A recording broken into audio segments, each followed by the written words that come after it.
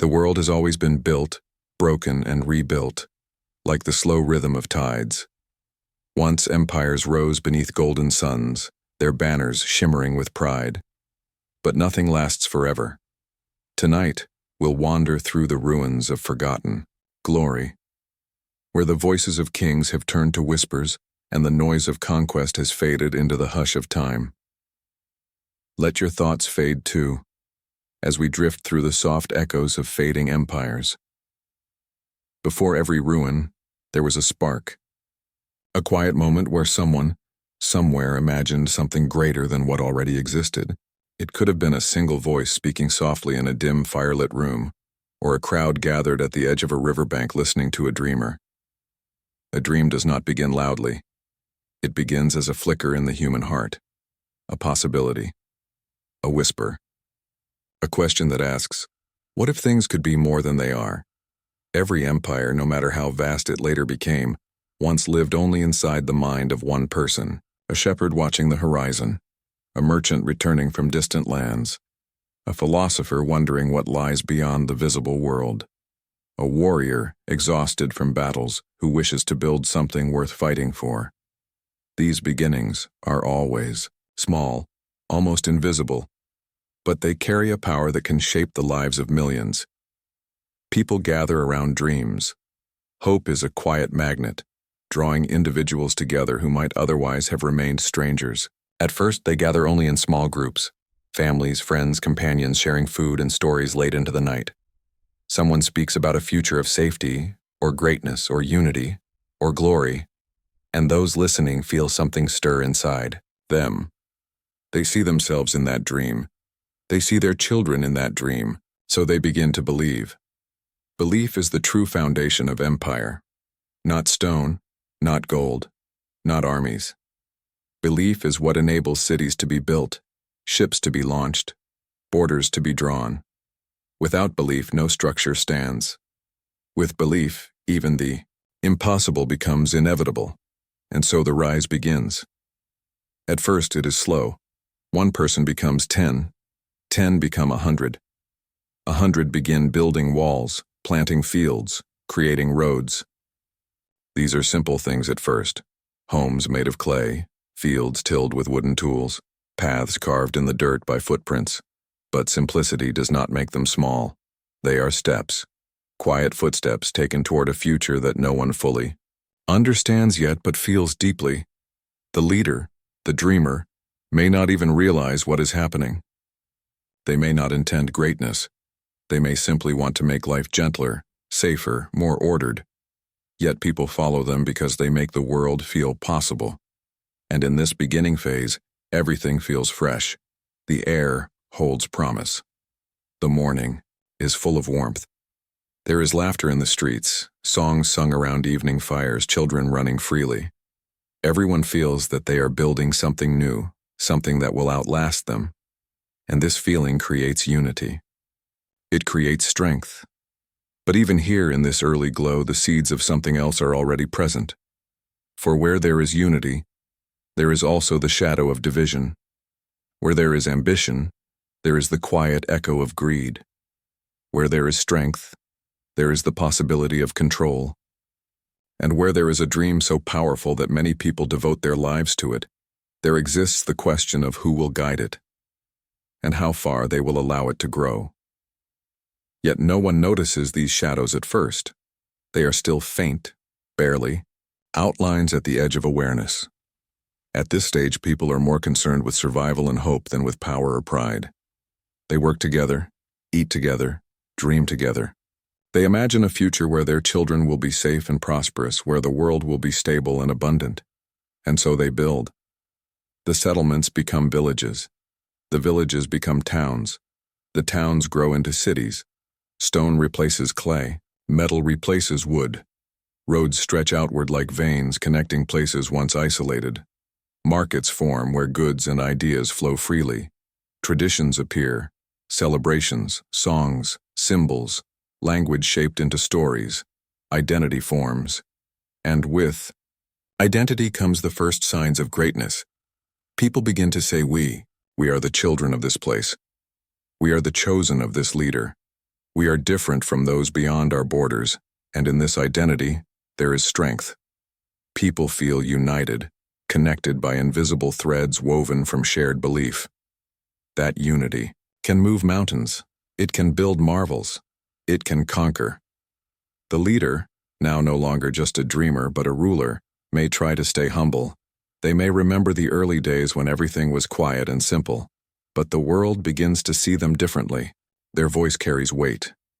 Their choices shape the future. Their presence inspires loyalty or fear. Power is placed into their hands, not because they demanded it, but because others insisted they hold it. And power, even when given freely, changes everything. At first, the changes are gentle.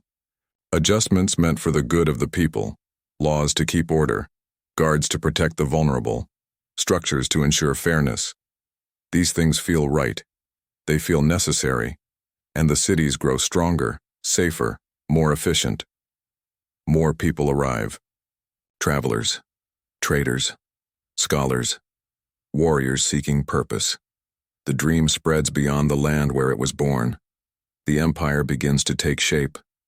But an empire is not just a place. It is a story, and stories always travel faster than armies. People in distant lands hear of a prosperous nation where streets are clean, where merchants thrive, where justice prevails. Some are drawn to this light with hope. Others feel threatened by it and prepare to resist. And so, without intention, the dream that once meant unity becomes something that divides the world. But the people living inside the empire do not notice this change at first. Their lives continue as always. Fields are planted, markets open, festivals are celebrated, families grow. The empire feels eternal, stable, immovable, as though it was always meant to be. Yet the nature of human desire is never still. The same hunger that once created unity begins to shift its shape. People no longer dream of survival. They dream of expansion. Not just to live well, but to be more than others, to be stronger, to be greater, to be remembered. The leader, or those who rise after them, begins to speak of destiny, of borders that must be widened, of lands that rightfully belong to them. And the army grows, not just for protection, but for conquest. The empire begins to push outward. Every step outward strengthens the center, but also stretches it thinner. The roads become longer, the borders harder to defend, the differences between people harder to ignore, and slowly, almost imperceptibly, the unity that once formed the empire begins to strain. Whispers grow, complaints, questions. Why must we expand? Why must so much be taken? Why must so many serve? Power tries to answer these questions, but power rarely answers gently. The leader who once inspired now must maintain control. And control requires force. Even softly applied force begins to leave marks. Small restrictions, harsh punishments. Fear begins to walk the streets where laughter once lived. But the people who once followed willingly still remember the early dream. They are not angry. They are only tired. They want to return to the simpler days, the quiet days. But history never walks backward, only forward. Yet the rise continues because momentum is a river that does not stop simply because someone wishes to rest. The empire reaches its height. Cities shine like jewels. Roads span mountains. Art is created. Philosophy flourishes. Music, stories, architecture. All of it reaches greatness. And from the outside, the empire appears unshakable. But the greater something becomes, the more fragile its balance. A structure that rises too high must be held together carefully. And when the foundation is built on belief, all it takes is doubt to weaken it. Doubt grows slowly. Like roots breaking stone, it does not announce itself. It spreads quietly, in conversations behind closed doors, in tired glances between workers, in the silence of soldiers who once marched proudly but now feel weary. Leaders change. Some are wise. Some are cruel. Some are simply unprepared. Each leaves marks on the empire. Some repair cracks. Others widen them. The borders grow too large. The resources strain. The unity dissolves into regions, cities, factions. People begin to remember differences rather than shared origins. A dream that once united begins to feel distant, faded, unreachable. And one day, the empire begins to fall. But the fall is not dramatic. It is not a single battle or a single moment. It is slow, quiet, the same way it first rose. Streets grow empty. Walls crumble gently. Names once spoken with reverence are forgotten. The wind passes through abandoned homes. Grass grows where footsteps once echoed. Life returns to the earth that was once claimed by ambition. And in the ruins, there is peace. Because every empire begins with hope, and every empire ends with rest. The rise is not a tragedy. The fall is not a failure. Both are simply parts of the same story. The story of human beings dreaming, striving, building, loving, fearing, falling, and dreaming again. Somewhere, in another quiet room, another leader is speaking softly to a small circle of listeners. Another dream is forming, another spark is being lit, and the cycle will continue. Not because we are foolish, but because we are human, and humans are born to dream. Rome stretched its roads across continents. Persia ruled with silk and steel. The Mongols thundered across endless plains. For a moment they seemed eternal. But eternity is only a story we tell ourselves. Glory begins quietly, though it shines loudly. When a people have risen from struggle into strength. When the fields are rich, the walls tall, the armies trained. A new feeling flows through the veins of a nation. It is not just pride. It is certainty. The belief that the world has taken shape around their footsteps, that their banners rise with the sun itself. There is a sense that the present moment is unshakable, that the order established will endure. This is the illusion that settles over every empire in its height, the warm, comforting lie that the future has already been claimed. Picture Rome at its peak. Marble columns glowing beneath golden light, the hum of marketplaces echoing in grand forums, the scent of bread and spice drifting through crowded streets. Legions march in perfect formation, shields gleaming, spears catching the sun in dazzling lines. Roads stretch outward like veins across the body of the known world, each stone laid to say, "Here is Rome, and Rome will remain." To walk upon such a road was to feel as though destiny itself had been paved beneath one's feet. Persia, too, carried a different kind of glory, softer perhaps, but no less mighty. Its cities shimmered with colorful tapestries, its palaces, filled with whispering courtyards where fountains traced silver ribbons into clear pools. The empire ruled not only by force but by elegance, by the art of governance, by understanding that power was not merely taken, it was shaped. Silk and steel, grace and command. A balance that felt eternal, as though the empire were carved into the very flow of time. And the Mongols, their glory was motion. Their empire did not stand, it thundered. Horses pounding across endless grass seas, banners snapping in the wind, arrows flying like meteors. They were the storm that could not be outrun. To face them was to understand how small one truly was beneath the sky. Their glory was the open steppe, the horizon without end, the earth itself shaking beneath their charge. Different forms of power, different shapes of greatness, yet all shared a single core, the belief that the world could be molded, bent, shaped by human will. Such belief is intoxicating. It fills the heart with fire. It makes every stone tower and every galloping horse feel like part of a story too vast to fade. In these moments, people do not think of endings. They think of forever. But forever is a word spoken only by those who have forgotten the quiet laws of time. Glory is brilliant, but brilliance burns, and nothing that burns can last unchanged. At the height of empire, life feels full.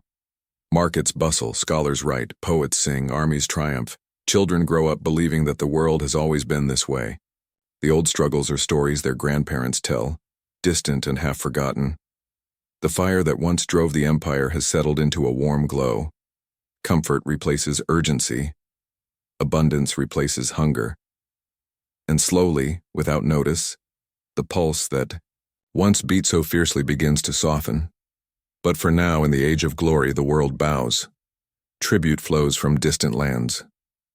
Caravans laden with gold, grain, incense, precious stones, offerings not just of goods, but of acknowledgement. The empire is the sun, and all others orbit around it. Diplomats bow, merchants bargain, generals swear fealty. The world does not merely witness the empire, it responds to it. Songs are composed to praise the ruler. Statues are carved to immortalize victories. Banners bearing the empire's crest fly high in every city square. Festivals fill the streets with laughter and music, the air tastes of triumph. And the citizens truly believe that they live at the center of history. Yet even here, beneath the golden surface, small fractures begin to form. They are invisible at first, like hairline cracks in polished marble. A court official grows jealous. A general hungers for more recognition. A merchant hoards wealth. A noble forgets the hardships of earlier days and begins to demand luxuries that require others to bend or break. These are not catastrophes. They are whispers, soft, persistent, patient. But glory teaches the empire to ignore whispers. Why worry when everything is strong? Why fear collapse when the walls are thick and the treasury is full? Why listen to caution when victory has been won so many times before? This is how power blinds. Rome believed its roads would hold the world together. Persia believed refinement could smooth all conflict. The Mongols believed the momentum of conquest would carry them forever. Each believed that their way was not just strong, but inevitable. Yet nothing in the world is inevitable. Not victory, not stability, not peace, not even glory. The world bows, but not forever. The world bows because it chooses to, or because it must, and choices shift. Circumstances change. The world is always moving, always reshaping itself in ways no empire can fully control. But for now, the empire does not see this. It sees only the height of its greatness. Look again at Rome. Senators in marble halls debating with gestures, wide and confident. Crowds cheering at grand arenas where spectacles unfold beneath the unblinking sun. The city seems fed by endless rivers of wealth and strength. But far from those gleaming columns at the empire's edges, soldiers grow weary. Roads begin to crack. Farms fail in distant provinces. The weight of so much territory begins to strain the center. The glory remains bright, but the arm holding its torch has begun to tremble. Persia holds its beauty like a snowflake, intricate, dazzling, delicate. Yet even the most sophisticated rule requires constant balance, and balance is the most fragile state of all. A single misstep, a drought, a rebellion, a war at the border, and the harmony wavers. The palace gardens still bloom, but something shifts in the air. The elegance that once held everything together becomes harder to maintain. For the Mongols, the horizon begins to change. The horses still run, but distance grows. The world is large, and even the fastest rider cannot be everywhere at once. Conquest is a fire that burns bright, but it consumes. The warriors look at lands that do not yield easily, cultures that do not bend, and slowly, the storm begins to disperse. None of this happens in a single moment. There is no trumpet to announce the turning of the tide. Glory fades the way daylight does, slowly, imperceptibly, so that only when the shadows lengthen does one realize that night has arrived. But the empire, still shining in memory, seems eternal for a while longer. Children play in the streets, elders tell stories of triumph, the temples still rise toward the sky. Even as the edges fray, the center glows with pride. For glory does not disappear quickly. It lingers, it echoes, it remains in the stones, in the music, in the language, in the stories whispered long after the banners have fallen. And yet if one listens closely, one can hear the question forming quiet as wind in distant trees. How long can this last? The rulers avoid the question. The generals fight harder. The merchants seek new wealth. The artists compose new praises. Everyone plays their part in holding the illusion steady, in convincing themselves that what has risen cannot fall. But eternity is only a story we tell ourselves. The reality is gentler, quieter, more human. Everything rises. Everything falls, not as tragedy, but as a natural rhythm. The same rhythm that moves the tides, the seasons, the beating of hearts. Because glory is not the point. Glory is only a moment of shining, a moment of brilliance, a moment of flame. It is breathtaking, powerful, unforgettable. But it is not forever. Forever is something else. Forever is change. The world remembers. The world transforms. The world continues. And somewhere, beyond the borders of even the greatest empire, a new dream stirs. Someone speaks softly. A small group listens. A new spark glows in the dark, and the cycle begins again. In the glow of glory, daily life takes on a rhythm that feels timeless. Bakers rise before dawn, kneading dough in quiet kitchens, their hands moving with the memory of generations before them.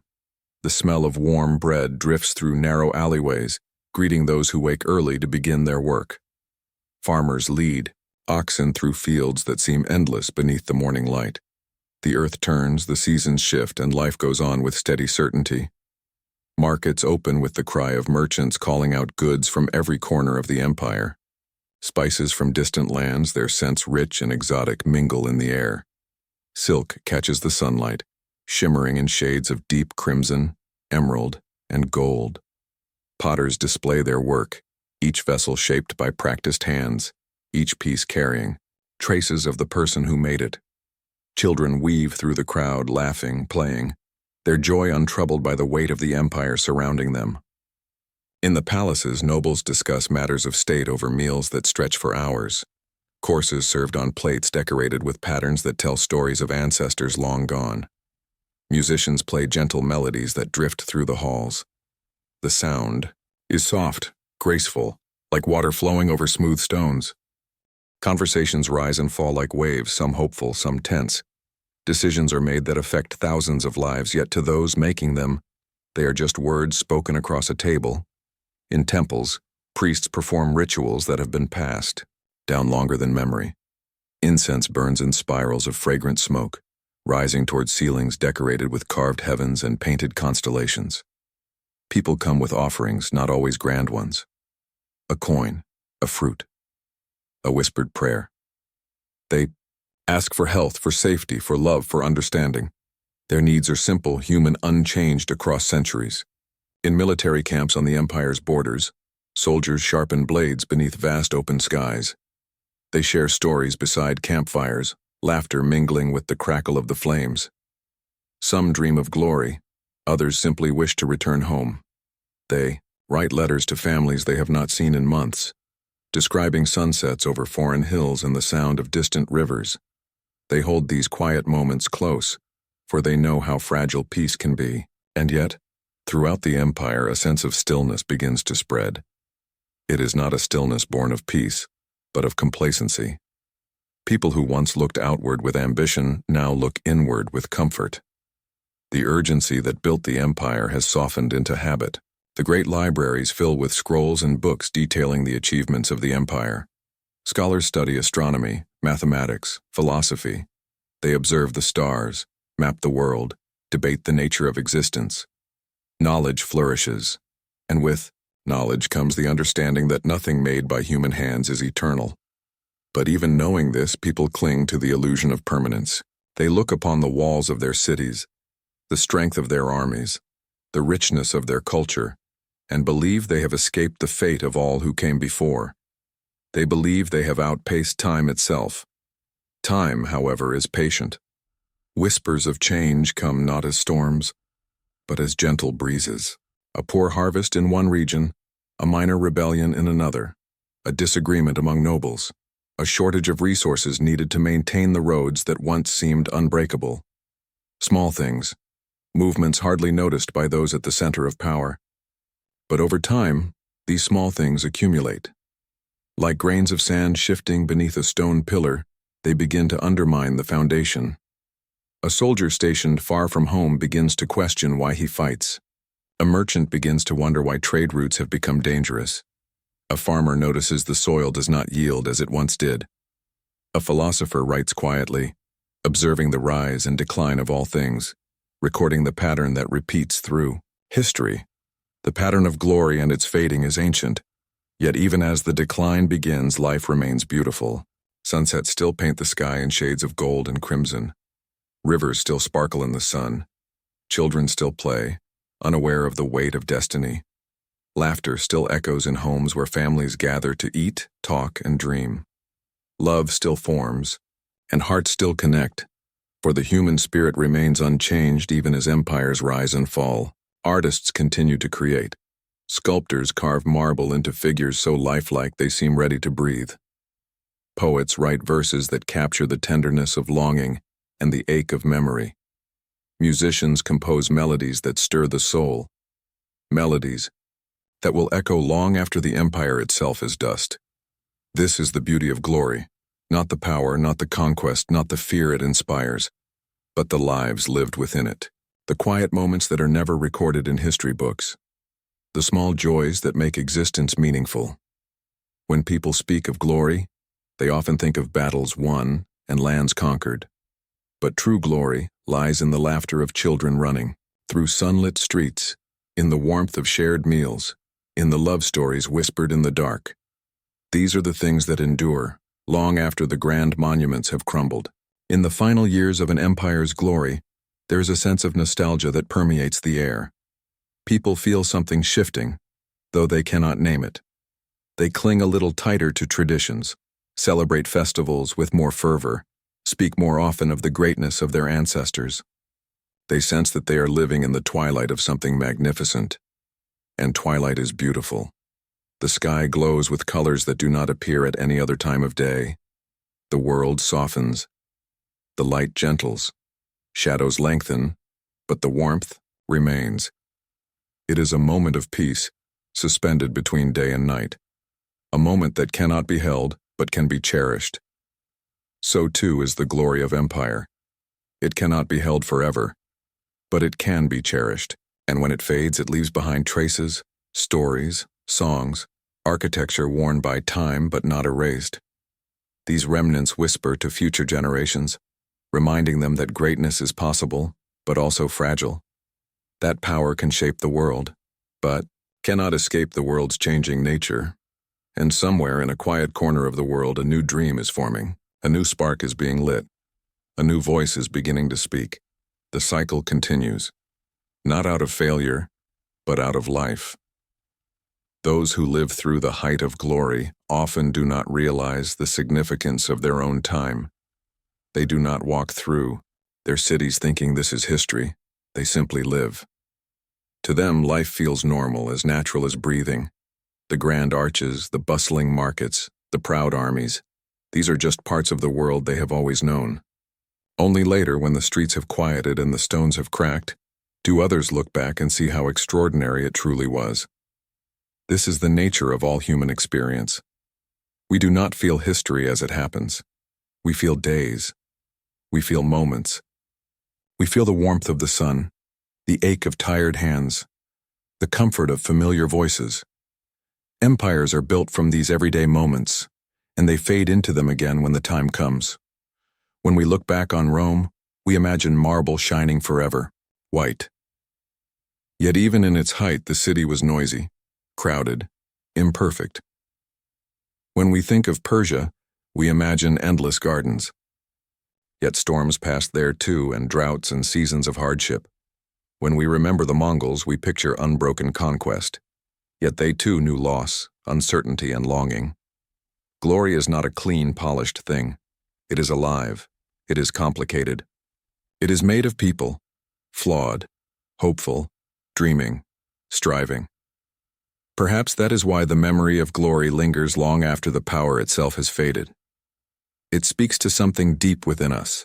It reminds us that humans are capable of building wonders, of shaping worlds, of rising together towards something greater than themselves. Even when the empire has fallen, the memory remains as a promise that greatness is possible, that unity is possible, that vision can move mountains. And yet the lesson of glory is not only about rising, it is also about letting go. For there is a time when the world no longer needs the empire as it once did. a time when new voices begin to speak, new ideas take root, new dreams call humanity forward. The old empire does not vanish because it was unworthy. It simply becomes the foundation upon which something new will be built. The roads Rome laid became pathways for new cultures. The administration of Persia influenced kingdoms for centuries. The movements of the Mongols connected worlds that had once been distant. Each left something behind that shaped the future, even after their banners fell.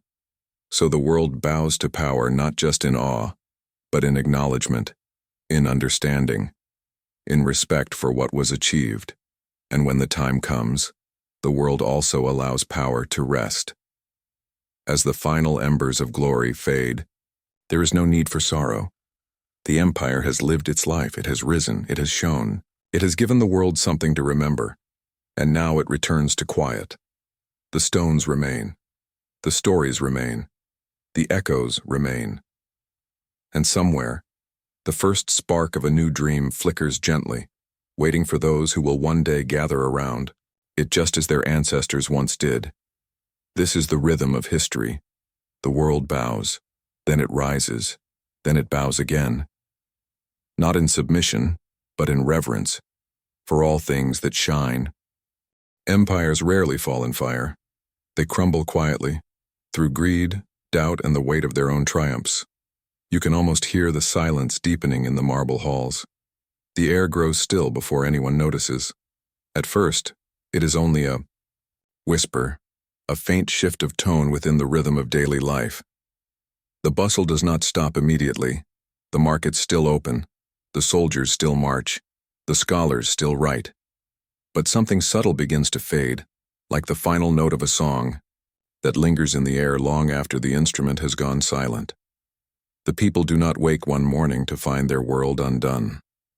No banners fall from the walls, no drums beat out a warning. The change comes like twilight, slow and unnoticed until the sun has fully slipped beneath the horizon. Even those who stand at the heart of power do not see it clearly. They convince themselves that everything continues as before, that glory remains unbroken, that the future will unfold just as the past once did. But deep within the stone, within the quiet spaces between moments, something has shifted. There is a stillness in the way the leaders speak, a heaviness behind their words. The architects who once dreamed of monuments now speak only of repairs. The generals who once rode proudly into foreign lands now linger at home, troubled by shadows of doubt. The people who once believed in greatness begin to whisper that the golden age may have passed. They do not speak these thoughts aloud, not yet. They carry them quietly like a secret no one wants to disturb.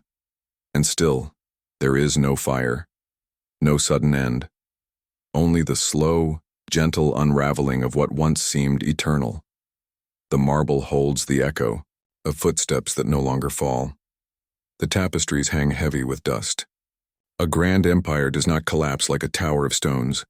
It drifts apart like mist in the morning light. Imagine walking through one of its great halls at night. The torches flicker along the walls, casting long, wavering shadows across carved pillars. The air is cool and still. Somewhere far in the distance, a servant walks with soft steps carrying a copper bowl of water. Each footstep echoes quietly, hesitant, fading. The silence is vast, a gentle, unbroken lull. Outside, the world continues. The rivers still flow. The fields still yield grain.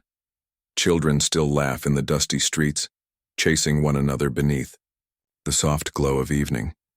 The fall of an empire is not the fall of a world. It is only the soft dimming of a dream that once burned brightly. There are still festivals, music, dance. But even in celebration, something is different now. The joy feels distant, like remembering a feeling rather than experiencing it. People raise cups in laughter, but their eyes drift to the horizon. This is the quiet before the fall, not chaos, not destruction, just stillness. And slowly, cracks begin to form, not in walls but in hearts. Trust thins, loyalty loosens, ambition softens into uncertainty. A merchant asks for a little more. A governor holds back a little extra grain. A noble whispers a thought they never would have said aloud before. No single act breaks anything, but the pauses between breaths become heavier. The soldiers feel it too. Their armor still shines, but they polish it less often. Their swords remain sharp, but they rest heavier in the hand. They begin to long for home. The scholars feel it. Their voices, once bright with argument, grow quiet. The artists feel it. Their work turns soft, nostalgic, longing for something they cannot name. The empire grows tired, not broken, not defeated, just tired. And so, slowly, tenderly, it begins to rest. Far from the capital, the countryside lives on. The baker still rises before dawn. Warm bread still fills the morning air. Farmers still bend to the earth, plant seeds, harvest grain, watch the sky, read the seasons. The world beyond the palace does not weep. Life continues, gently. Over time, the monuments soften. Vines climb their walls. Birds nest in carvings of kings and gods. The stone becomes warm with sunlight and patient with rain. Travelers pass by the old ruins and sit a while, listening to wind through grass. They do not feel sorrow. They feel quiet. Empires fade, but memory breathes, not in sadness, but like a story told softly by someone who loved it, a story complete. Even the rulers feel peace at last. They sit longer in quiet rooms. They watch the horizon. They finally understand. The empire is not theirs to hold. It is something that belonged to time. And time simply carries all things forward. And so now, let the world soften. Let the silence deepen. Let the breath slow. The empire is not dying, it is sleeping. The stars have seen countless rises, countless falls. They shine unchanged, steady, soft, watching over everything. You may close your eyes now. The world is quiet. The night is deep. You are safe. Let your thoughts drift. Nothing is lost. Everything has simply come to rest. Breathe. Rest now. There is a quiet echo that lingers long after marble walls have cracked and banners have fallen. It is not loud, not commanding, not proud the way the empire once was. It is gentle, drifting like slow wind through arches that now open to sky, instead of vaulted stone. Once there were footsteps, purposeful and certain, moving through these places. Once laughter and debate and music traveled along corridors polished by hands and time. People believed in the firmness of their age. They believed tomorrow would resemble today, and the day after, and every day beyond it. But the world shifts. The world changes. Nothing stays. And so when the empire dissolves into dust and memory, it is the echo that remains. Soft, patient, and unhurried. It lingers like the warmth of a candle's last glow after the flame has gone out. Think of the roads that once crossed mountains and valleys, paved with stones fitted so tightly that centuries of footsteps barely disturbed their surface. Those roads once rang with activity. Caravans traveling from distant coasts, merchants carrying fabrics dyed in impossible colors, travelers with stories gathered from oceans away. Soldiers marched there too, shields glinting beneath a relentless sun, voices raised in chants meant to steady their pace. And yet now the roads lie softened, overgrown with moss, visited only by the wandering wind and the quiet footsteps of animals that do not know the histories of the land they walk upon. The echo remains there, in the shape of the road itself, in the way the earth remembers the path even when stones disappear. Languages fade too, though not all at once. A phrase passes into disuse. A word disappears. A way of shaping thought dissolves into another. Yet echoes of old languages remain, tucked inside the words we speak now. Faint shadows of meaning carried forward unknowingly. Even when the empire that spoke them has been forgotten, its voice continues in whispers inside the living. Every time someone tells a story, offers a prayer, calls someone by a name, they are unknowingly repeating something ancient, something once sung beneath palace ceilings or spoken in markets filled with crowds and noise and sunlight. The echo lingers in the breath of language itself. Ruins themselves are not only stones, They are memories given form. When we look at them, we often imagine grander shapes than the ones we see. We imagine columns whole and unbroken, roofs intact, armies gathered, music played, torches lit against the night. The mind reshapes what time has worn away. The echo encourages this. The echo invites imagination to fill empty spaces. It reminds us that even after structures crumble, their meaning remains accessible to anyone who pauses to listen gently. Not listen with urgency, not listen for facts, but listen for presence. The echo is felt more than heard. Legends grow in the same way. They are echoes that have learned how to take root. A story begins as something simple, a moment in a village, a gesture of kindness, a battle bravely fought, or a sorrow endured. Over time, the story lives longer than those who experienced it. It becomes retold, reshaped, embroidered with new colors and softened edges.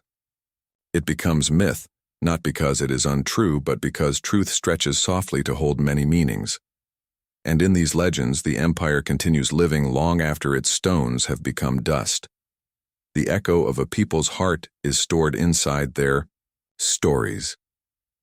Sometimes when we walk through ruins or read old texts or hear a story passed down across countless voices, we may feel a sensation that is difficult to describe. A quietness, a familiarity, as though something inside us remembers even if we have never been there. This is the echo recognizing itself. It is the part of us that understands we are made from every age that came before us. We carry them, not in burden, but in continuity. The world that exists now is not separate from the world that was. One flows into the other like morning sliding gently into day. And so even as stones crumble, ideas live on. Not all ideas are grand. Some are simple. The way a garden is tended, the way bread is baked, the way two people speak to one another beside a quiet window at dusk. These things are echoes too. Civilizations are not only made of conquests and monuments. They are made of small gestures repeated quietly across lifetimes. And these gestures endure far longer than any throne. The empire fades, but the soft ways of living linger, folded into the habits of those who remain. When we speak of what survives, we often think of artifacts, writings, architecture. But there is something even gentler that persists. The feeling of the world as it was imagined. Every empire dreams of the future. Every civilization imagines what it hopes to become. And even if the empire falls, the dream can continue, moving silently into other lands, other people, other times. A fallen civilization may inspire one that has not yet risen. Its shadow, not dark, but soft and outlining possibility, shapes the next dawn. There are moments when night falls over a landscape of ruins and the moonlight gathers in quiet pools along broken stone. In this silver stillness, one can almost hear the past breathing. Not as presence, not as ghost, but as memory made gentle by time. The echo at night becomes softer still, almost like the hush of sleep. It invites reflection rather than longing. It reminds us that everything that rises must eventually settle back into the earth. But settlement does not mean disappearance. It means transformation. Rivers, too, carry echoes. They remember the touch of ancient bridges now collapsed, the wheels of carts that once rolled through shallow crossings, the reflections of lanterns carried by travelers at night. A river is always moving, always changing, yet always the same. Time flows through it the way memory flows through us. We may stand beside a river now and feel only the present moment, the glimmering surface, the cool breeze, the hush of water against stone. Yet within that sound echoes every life that once stood beside it. The river holds memory without clinging to it. There are libraries filled with texts written by hands long returned to dust.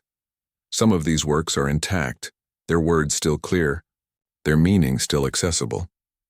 Others are fragments, incomplete sentences, pages worn thin at the edges. Yet even the fragments speak.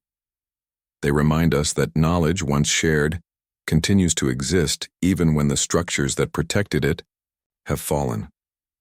Someone sat once in a quiet room with ink and parchment, shaping symbols carefully, believing that what they wrote mattered. The echo agrees. It mattered then. It matters now. Songs survive in an even more mysterious way. A rhythm, a pattern, a melody carries itself forward across centuries. New lyrics come, old ones fade. The tune shifts slightly like the river shifting its banks, but something inside remains steady. When a song is sung, it is never only the present moment. It carries with it every time it has ever been sung, every voice that ever breathed it into the air. In this way, music becomes one of the purest echoes of all. It lives through human breath itself, and as long as someone sings, the echo continues. There are children playing on lands where battles once thundered. They do not know the names of the generals, the kings, the commanders who walked there. They do not know the borders that were drawn and redrawn with blood and ink. They only know the feel of grass beneath their feet, the warmth of sunlight, the joy of movement. And yet the land remembers, not in sorrow, not in fear, but in quiet acceptance. Time has softened what was once sharp. The echo has transformed conflict into open sky and new beginnings. We too are part of the echo. Every choice we make sends ripples into time beyond our sight. Small kindnesses echo far longer than we realize. A moment of generosity may ripple through generations. A story told gently may inspire someone decades from now. We rarely see the effects of our gentleness, yet they are there, traveling quietly, shaping futures we may never witness. In this way, the echo is not only something we receive, it is something we create. We contribute to the future in ways we may never know. Night deepens, and the world grows quiet. In that quiet, the echo feels closest. One can lie beneath an open sky and feel the weight of centuries not as burden, but as presence. Stars have watched empires rise and fall without urgency. They have seen countless lives come and go, each one precious, each one fleeting. When we gaze upward, we are looking into the same night seen by builders, kings, shepherds, musicians, philosophers, and lovers across the ages. The echo is shared between all who have ever lived. There is comfort in remembering that endings are not erasures. The fall of an empire is not the disappearance of everything it once was. It is a transformation, a return to simplicity, a dispersal of influence into thousands of small and subtle places. When we walk through the world today, we walk through a mosaic of countless civilizations layered together. We use their words, their tools, their ideas, often without realizing it. The echo does not demand credit. It only continues, softly, patiently, like breath. Imagine a potter shaping clay in an ancient courtyard. Their hands move slowly, steadily, turning the wheel. The cup they create is used for water, for grain, for everyday life. Centuries pass. The empire falls. The courtyard crumbles. The pot breaks and is buried beneath layers of earth. One day, someone finds a fragment. Not the whole vessel, just a curved piece, small and simple. And yet the fragment speaks. It tells of hands, of intention, of life. The echo does not need completeness to remain. Even a fragment is enough. There are countless names that have been forgotten, lives lived fully with joys and sorrows and hopes that left no inscription in stone. Yet even these lives are not lost. They continue through the quiet ways culture evolves. Someone laughed a certain way, and that laughter was passed down. Someone cooked food with a certain spice, and that flavor was remembered. Someone comforted someone they loved, and that way of comforting became tradition. The grand structures may fall, but the tender gestures move forward endlessly. Morning always comes, even after the longest night, and with morning comes renewal. The world does not remain in stillness forever. Seeds take root in ruined courtyards. Birds build nests in collapsed towers. Trees grow where banners once hung. Nature has no bitterness toward fallen empires. It simply continues. The echo, too, continues. Not loud, not forceful, but steady, gentle, persistent. The empire fades, but life does not mourn. Life moves forward. And in that forward movement, the past is never truly gone. Sometimes the echo appears in dreams. A person may dream of walking through streets they have never seen, speaking words they do not know, standing in a city that does not exist anymore. The mind remembers things the body never touched. Perhaps it is imagination. Perhaps it is inheritance. Perhaps memory travels through us in ways not yet fully understood. In dreams, time becomes fluid. The past and present coexist as if layered in a single breath. Empires long gone return not in their grandeur, but in quiet familiarity. Listen to the wind moving through tall grass. There is a rhythm there, subtle and steady. The same wind once moved through banners hung above royal gates, through sails of ships that crossed unknown seas, through fields where armies gathered. The wind remembers every age, though it does not hold on to them.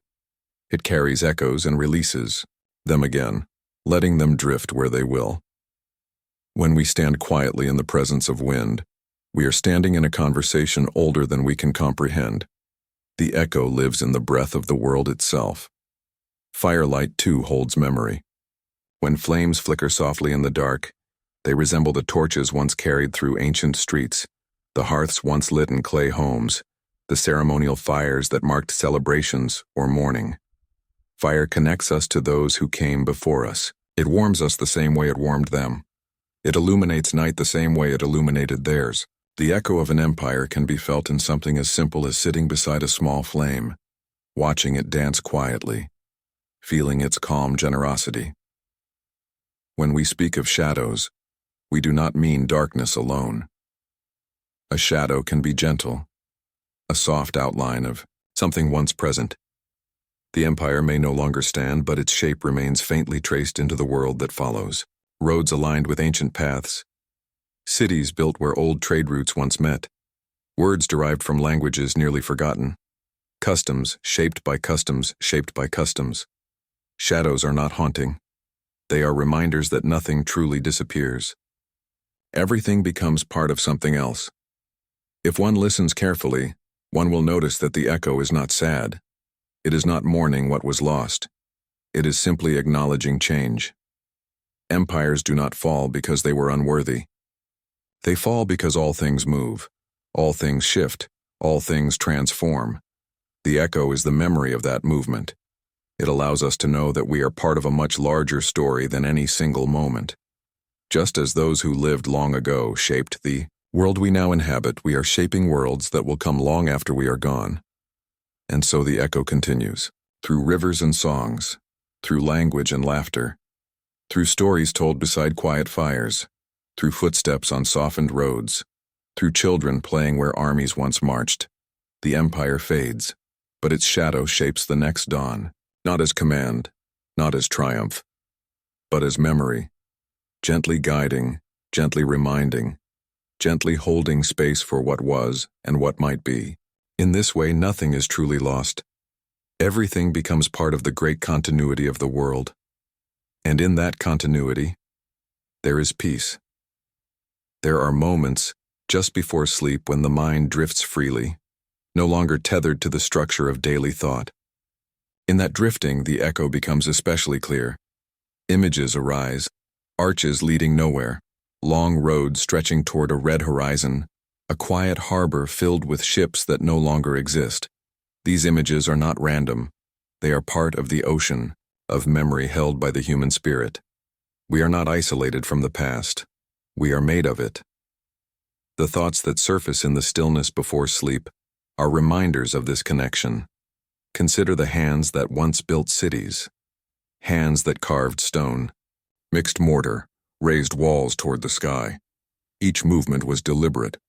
Each task was done for a purpose held in the heart or spoken by a leader or shared by a community. These hands were warm, living, full of intention.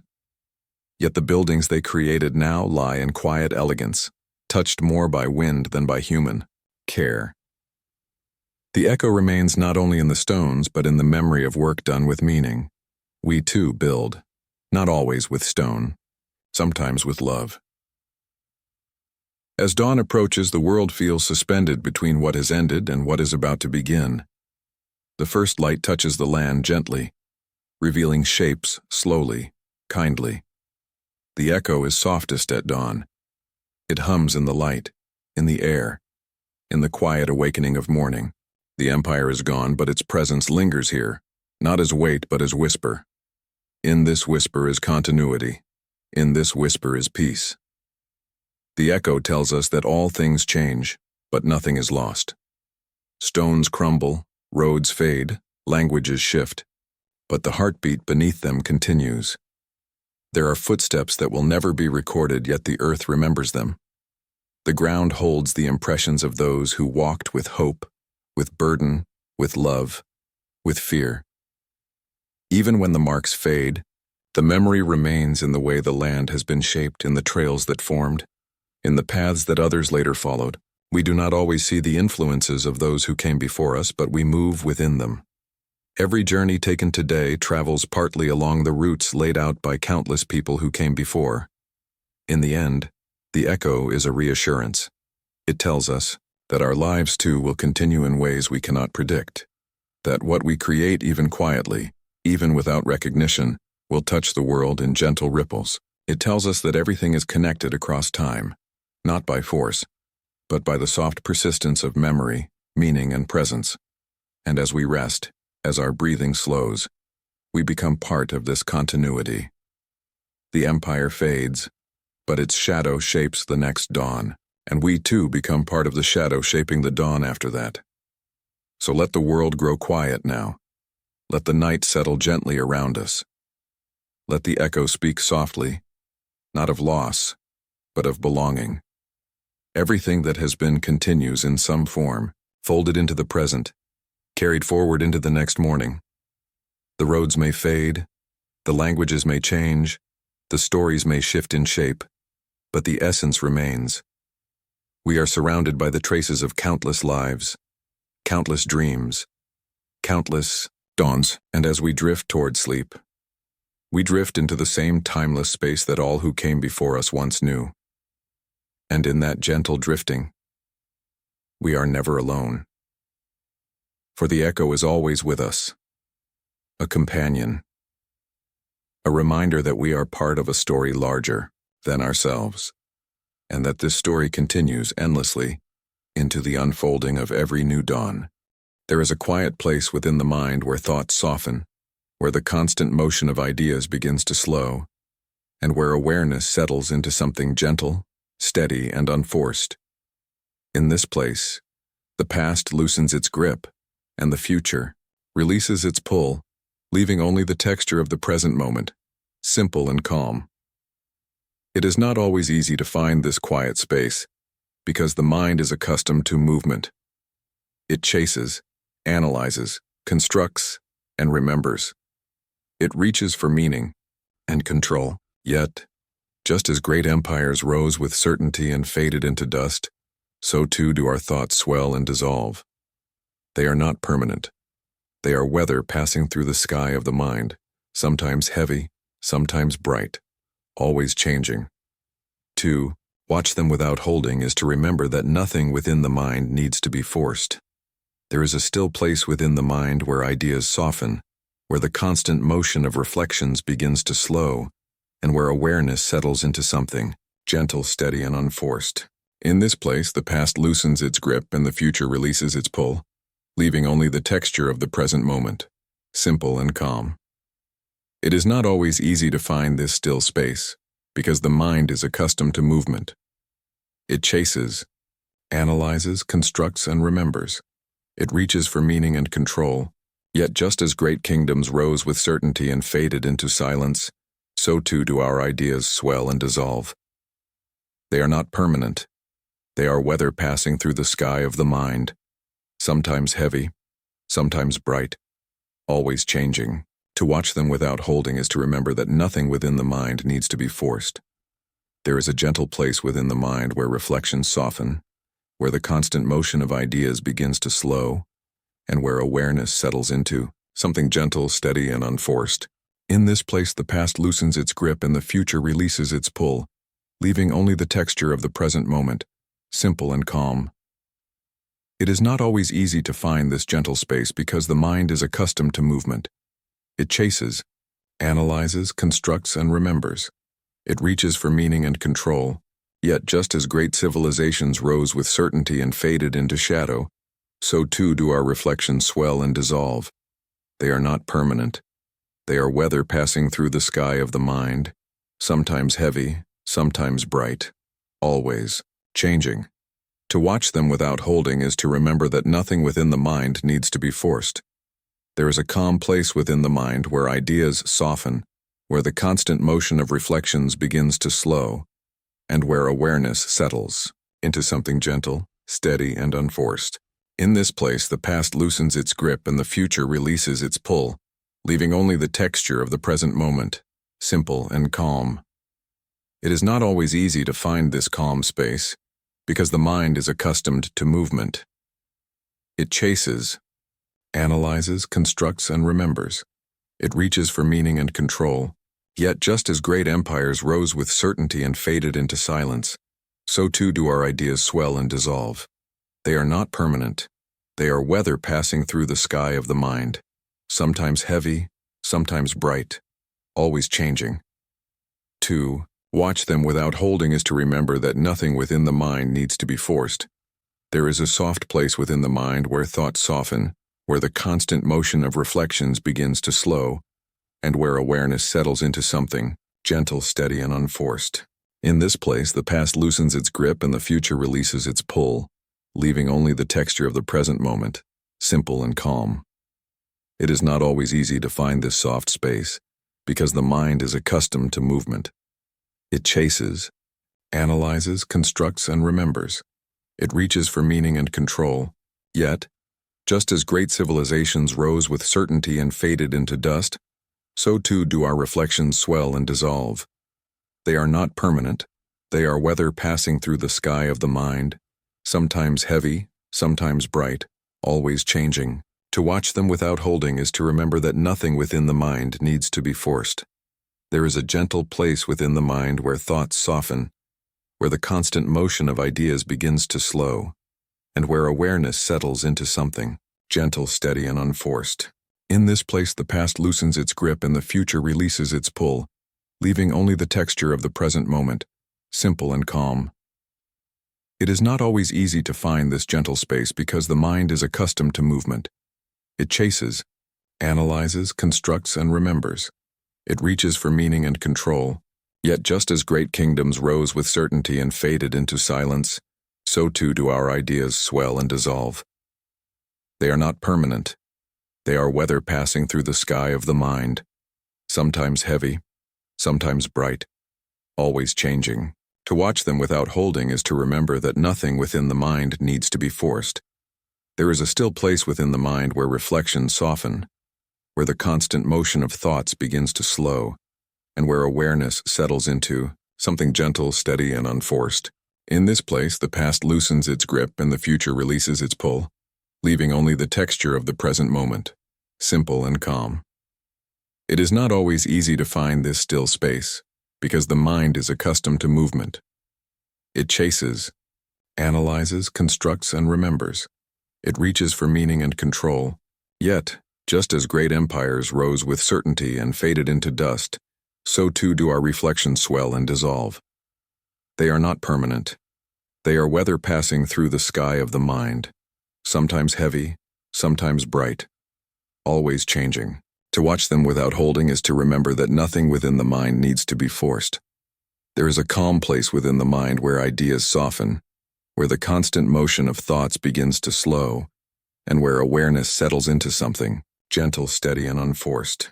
In this place, the past loosens its grip and the future releases its pull, leaving only the texture of the present moment, simple and calm. It is not always easy to find this calm space, because the mind is accustomed to movement. It chases, analyzes, constructs, and remembers. It reaches for meaning and control. Yet, just as great kingdoms rose with certainty and faded into shadow, so too do our reflections swell and dissolve. They are not permanent. They are weather passing through the sky of the mind, sometimes heavy, sometimes bright, always changing. To watch them without holding is to remember that nothing within the mind needs to be forced. There is a soft place within the mind where ideas soften, where the constant motion of thoughts begins to slow, and where awareness settles into something gentle, steady, and unforced.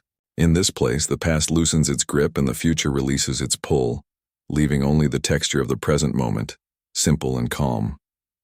It is not always easy to find this soft space, because the mind is accustomed to movement. It chases, analyzes, constructs, and remembers. It reaches for meaning and control. Yet just as great civilizations rose with certainty and faded into silence, so too do our reflections swell and dissolve. They are not permanent. They are weather passing through the sky of the mind, sometimes heavy, sometimes bright, always changing. To watch them without holding is to remember that nothing within the mind needs to be forced.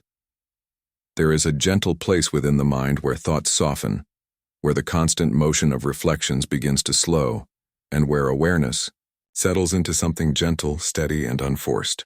In this place, the past loosens its grip and the future releases its pull, leaving only the texture of the present moment, simple and calm. It is not always easy to find this gentle space because the mind is accustomed to movement. It chases, analyzes, constructs, and remembers. It reaches for meaning and control. Yet just as great empires rose with certainty and faded into shadow, so too do our reflections swell and dissolve. They are not permanent. They are weather passing through the sky of the mind, sometimes heavy, sometimes bright, always changing. To watch them without holding is to remember that nothing within the mind needs to be forced. There is a calm place within the mind where reflections soften, where the constant motion of ideas begins to slow, and where awareness settles into something gentle, steady, and unforced. In this place, the past loosens its grip and the future releases its pull, leaving only the texture of the present moment, simple and calm. It is not always easy to find this calm space because the mind is accustomed to movement. It chases, analyzes, constructs, and remembers. It reaches for meaning and control. Yet, just as great kingdoms rose with certainty and faded into dust, so too do our ideas swell and dissolve. They are not permanent. They are weather passing through the sky of the mind, sometimes heavy, sometimes bright, always changing. To watch them without holding is to remember that nothing within the mind needs to be forced. There is a still place within the mind where thoughts soften, where the constant motion of ideas begins to slow, and where awareness settles into something gentle, steady, and unforced. In this place, the past loosens its grip and the future releases its pull, leaving only the texture of the present moment, simple and calm. It is not always easy to find this still space, because the mind is accustomed to movement. It chases, analyzes, constructs, and remembers. It reaches for meaning and control. Yet, just as great civilizations rose with certainty and faded into silence, so too do our thoughts swell and dissolve. They are not permanent. They are weather passing through the sky of the mind, sometimes heavy, sometimes bright, always changing. To watch them without holding is to remember that nothing within the mind needs to be forced.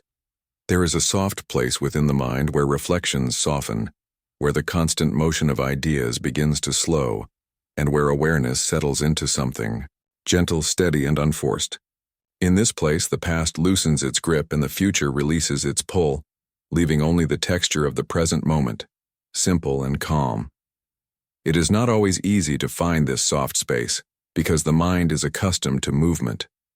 It chases, analyzes, constructs, and remembers. It reaches for meaning and control. Yet, just as great kingdoms rose with certainty and faded into shadow, so too do our reflections swell and dissolve. They are not permanent. They are weather passing through the sky of the mind, sometimes heavy, sometimes bright, always changing. To watch them without holding is to remember that nothing within the mind needs to be forced. There is a gentle place within the mind where ideas soften, where the constant motion of thoughts begins to slow, and where awareness settles into something gentle, steady, and unforced. In this place, the past loosens its grip and the future releases its pull, leaving only the texture of the present moment, simple and calm. It is not always easy to find this gentle space, because the mind is accustomed to movement. It chases, analyzes, constructs, and remembers. It reaches for meaning and control. Yet, just as great empires rose with certainty and faded into dust, so too do our thoughts swell and dissolve. They are not permanent. They are weather passing through the sky of the mind, sometimes heavy, sometimes bright, always changing. 2. Watch them without holding is to remember that nothing within the mind needs to be forced.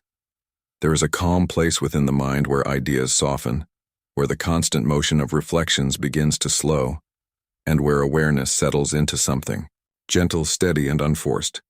In this place, the past loosens its grip and the future releases its pull, leaving only the texture of the present moment, simple and calm. It is not always easy to find this calm space, because the mind is accustomed to movement. It chases, analyzes, constructs, and remembers. It reaches for meaning and control. Yet just as great civilizations rose with certainty and faded into silence, so too do our ideas swell and dissolve. They are not permanent.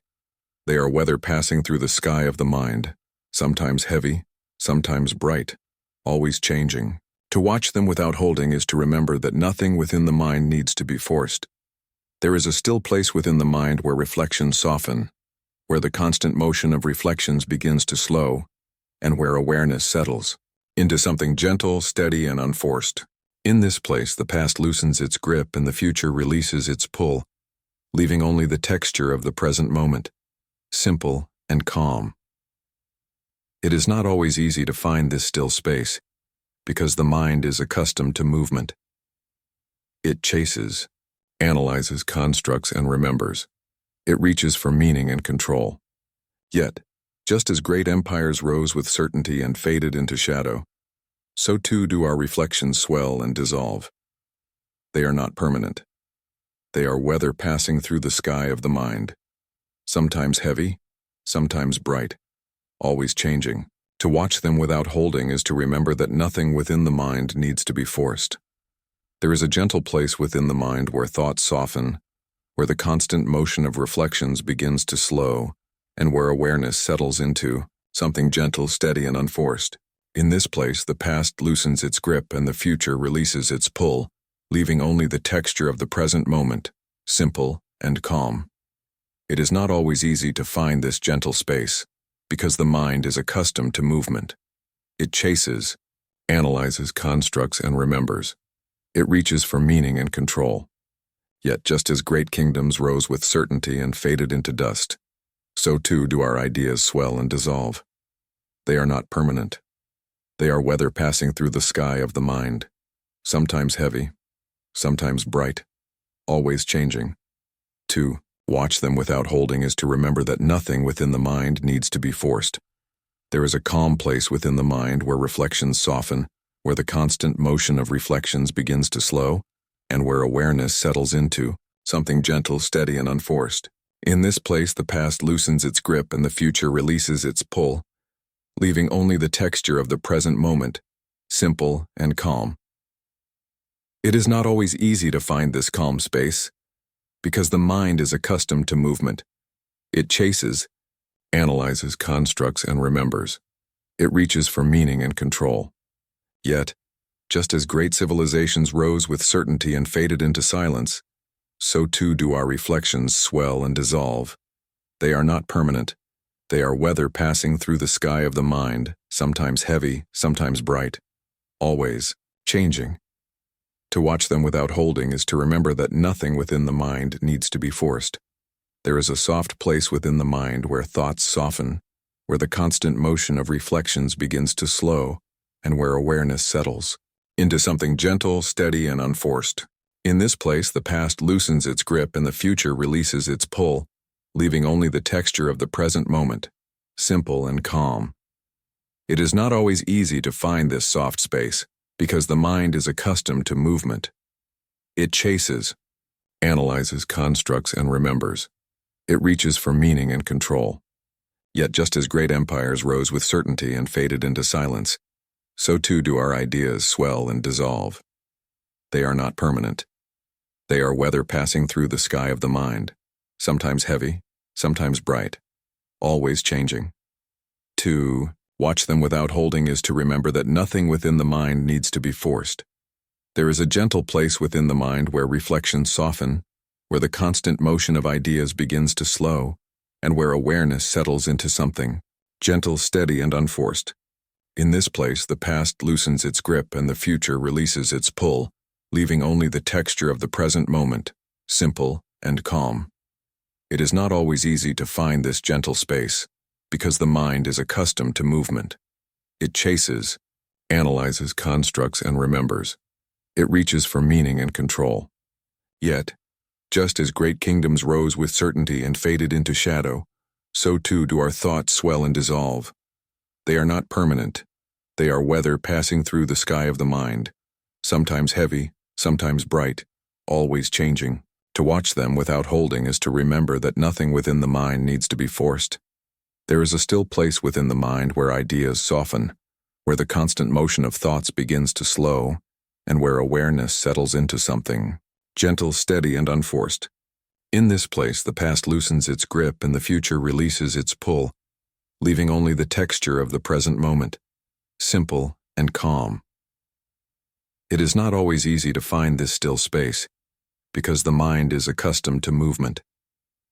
It chases, analyzes constructs, and remembers.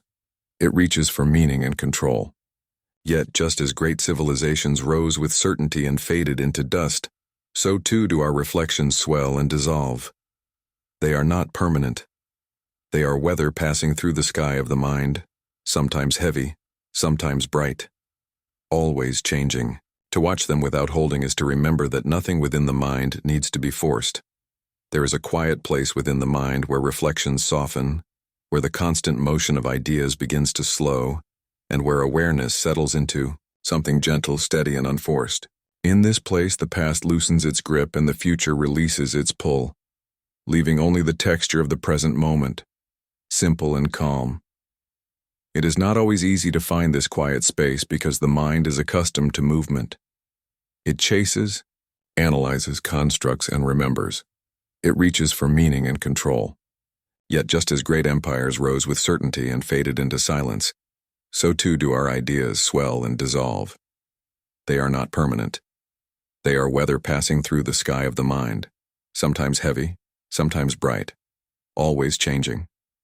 To watch them without holding is to remember that nothing within the mind needs to be forced. And so, letting go becomes not an act of loss, but an act of gentle return to ourselves, to the breath, to the quiet unfolding of experience that asks nothing and gives peace. Here we learn to rest, gently,